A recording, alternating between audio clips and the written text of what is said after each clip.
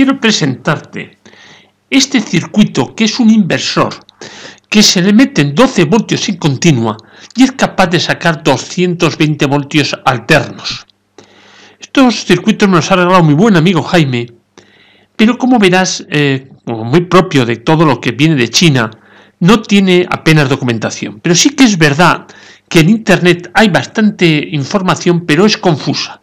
Entonces esto, que lo he nombrado como si fuese una práctica, lo que pretende es conocer este dispositivo.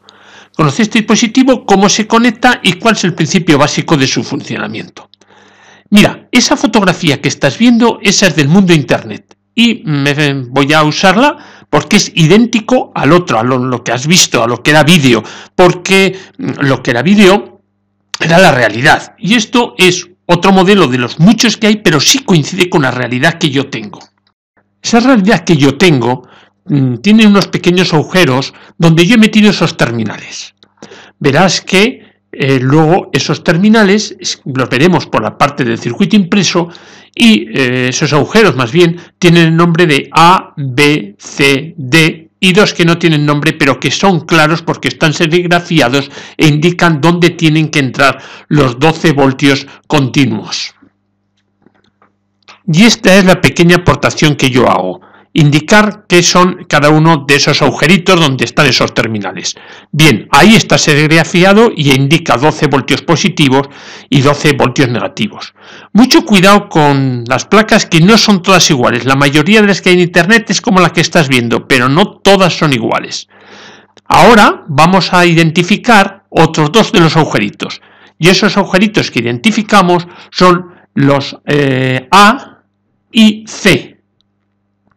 Entonces, ese A y C es la corriente alterna de 220 voltios que sale, pero la que sale en C es a través de un condensador en serie. Es decir, no es directa del transformador, él le ha puesto un condensador que ya hablaremos después por qué le ha puesto ese condensador como si dijésemos en salida. Y por último, esos que he indicado en gordo son el positivo y el negativo de 220 voltios alternos rectificados, porque mi circuito tiene un puente de diodos. Podía haber sacado el circuito, pero fui a Internet a ver lo que encontraba parecido. Y encontré parecido, o te diría igual en el número de componentes, excepto ese puente de diodos que te digo, lo que estás viendo en la figura. Y lo saqué de la dirección web que está en la parte superior. Bien, esto dice que es un oscilador Royer. Y, bueno, pues casi era igual que el mío. Pero yo me fijé que en el mío lo que hay es positivo y va a una bobinita que luego te la enseñaré. En el mío no. En el mío a esa bobinita iba en negativo. Lo que me hizo pensar a mí que ahí estoy trabajando con transistores NPN y yo presupuse que los que yo estaba trabajando eran PNP. Y lo comprobé. Saqué uno de ellos y digo, voy a ver si es PNP. Y efectivamente, mi suposición era correcta. Generalmente no cambian tanto los esquemas. Cuando todos sus componentes son iguales, pues dije, nada, estos no son PNP y lo que han hecho es polarizar correctamente el PNP. Pues nada, cogí el PAIN y sobre el anterior esquema lo que he hecho es transformarlo. Donde estaba el positivo yo he puesto negativo, que es coincidente con mi realidad física del circuito que yo tengo. Donde estaba el negativo he puesto positivo y donde había un transistor NPN yo he puesto un PNP. A partir de... ¡Ay, borré! También borré una línea, no sé por qué. En una de... Te habrás fijado que en el anterior me parece que desde lo que él, de su negativo, sacaba una línea que lo llevaba luego hasta el final. En el mío eso no lo tiene, eso también le quité. Entonces, con esas pequeñas variaciones ya tengo exactamente lo que es el circuito que yo dispongo, el circuito real. Y ahora vamos a ver muy brevemente en qué se basan estos osciladores. Los inversores, digamos, lo único que hacen es transformar esa corriente continua en una corriente pulsante capaz de ser elevada por un transformador, el que tú ves ahí, la elevada en tensión. Esto es lo mismo que hace el inversor mecánico, perdón, el vibrador mecánico. Es idéntico. Vibrador mecánico lo único que es un relé que se mueve mucho en los contactos y lo que hace es chopear esa corriente de la batería de 12 voltios de tal forma que ahí está dando unos pulsos que pasan al transformador y de ahí sacan los 220 voltios una vez que ya los han rectificado. Por eso verás por dónde estoy trabajando yo todo esto y qué es lo que al final, las utilidades que podemos dar a esto, que son muchísimas las utilidades que podemos dar. Entonces, aquí pasa lo mismo. ¿Cómo puedo hacer yo ese chopeo? ¿Cómo puedo hacer? Bueno, pues puedo hacer de muchas formas. Verás que los he hecho con una estable, los he hecho con un 555, ese famoso integrado que sirve para todo. Y en este caso no, en este caso lo hacen con el oscilador Royer, como ahí lo pone, que es un push-pull que trabaja ahí con un transformador de núcleo saturable y además con una pequeña realimentación. Bueno, al final es un oscilador, una realimentación positiva, al final es un oscilador que si no tuviese ese condensador C1 que hay entre los extremos del transformador, estaría dando impulsos cuadrados. Pero ese oscilador entra ahí en una especie de resonancia y lo que ya me da son impulsos sinusoidales. Y no te quiero decir más, cualquier cosa que quieres ampliar, además es más, lo que ves ahí lo he copiado de la página. Puedes informarte en todas las direcciones web que yo he puesto en estas transparencias, bueno, en esta parte que he explicado un poco del oscilador Royer. Bien, y ahora ya vamos a ver las formas de onda que yo tengo. Formas de onda totalmente reales, por supuesto, que están sacadas del pequeño inversor. No te he dicho un detalle, este inversor puede dar hasta unos 40 vatios. Del pequeño inversor que yo tengo, le estoy metiendo 12 voltios, me está consumiendo 0,7 amperios, porque está consumiéndome porque yo le he puesto una carga ya en continua, pero ahora estoy mirando lo que es la señal alterna, no estoy mirando la señal continua, pero estoy mirando la señal alterna que dispongo y que la estoy sacando de los puntos A y C, donde te dije, después de ese condensador que hay, que está, le he puesto, y entonces esa es la señal.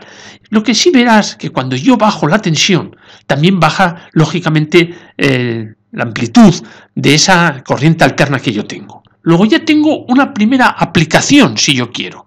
Es decir, vemos que hay una relación entre la tensión continua de entrada y la tensión en amplitud, la tensión alterna que tengo en salida. Ahí estoy variando la fuente de entrada y veo cómo varía la amplitud de la salida. Porque esto puede dar mucho juego. Ahora lo que he hecho es ponerlo, digamos, no en el extremo del condensador que va al punto C, sino en el otro extremo, que es el que va al punto 2 del transformador. Las formas de onda son muy parecidas. Y la utilidad, la diré la que pone ahí o la que he visto ahí, las diferencias son pequeñas. Y ahora me voy a lo que yo creo que voy buscando, la utilidad que yo voy buscando a este aparato. Como verás, le estoy metiendo 12,7 voltios en continua, tengo ahí, en cambio, en la salida, tengo 221, 222, además con una carga. Ese es el rizado, el pequeño rizado que tiene. Pero vamos, un rizado mínimo, en esa escala estoy en microvoltios. Pues fíjate, ¿qué es lo único que... Ahora estoy bajando, como puedes ver, bueno, puedes entender lo que he hecho, ¿ves? 8,57, le meto menos tensión continua a la entrada, tengo menos tensión continua a la salida. Qué bonito, una regulación que estoy haciendo yo a través de solamente variando de 0 a 12 voltios. Y mira qué salidas estoy obteniendo. La carga que le he puesto son 8K. Esa es la carga que tiene puesto el circuito. Ya te dije que este tiene un puente de diodos, o sea, del puente de diodos que son los puntos B y D, lo que le he hecho es un filtro en pi. Filtro en pi que a veces se ve, no con mucho detalle, pero nada, constituido por dos condensadores electrolíticos y no recuerdo, pero ya te lo diré, el valor que he puesto de resistencia entre ambos condensadores electrolíticos. Ahí te quiero demostrar cómo puedo lograr hacer esas tensiones continuas variables. Mira, ahí lo puedes ver. Y ahí puedes ver también la resistencia del filtro en pi. Como os hablo de continua, de filtro en pi, pues simplemente ahora quiero ponerte el esquema de lo que es el circuito que tengo, el circuito que estamos visualizando y que estamos viendo los resultados en el osciloscopio. Como verás, lo único que he hecho ahora es ponerle el puente rectificador. Verás que el puente rectificador lo toma directamente del transformador, no donde termina el punto C, sino lo pone en, digamos, donde están las terminaciones del transformador. Y de ahí saca dos puntos, que son el B y el D, que yo te los he mostrado tanto en la cara de componentes como en la cara del circuito impreso.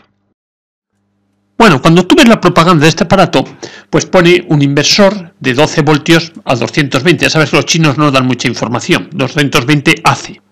Claro, visto eso y visto esta forma de onda, podríamos pensar que estamos hablando de 220 voltios AC, eficaces, ¿no? Pero su representación, digamos, en el tiempo, que fuese 50 ciclos, que es lo que estamos acostumbrados. Pero no son 50 ciclos. Mira eso. Tengo el osciloscopio puesto en 2 microsegundos por división.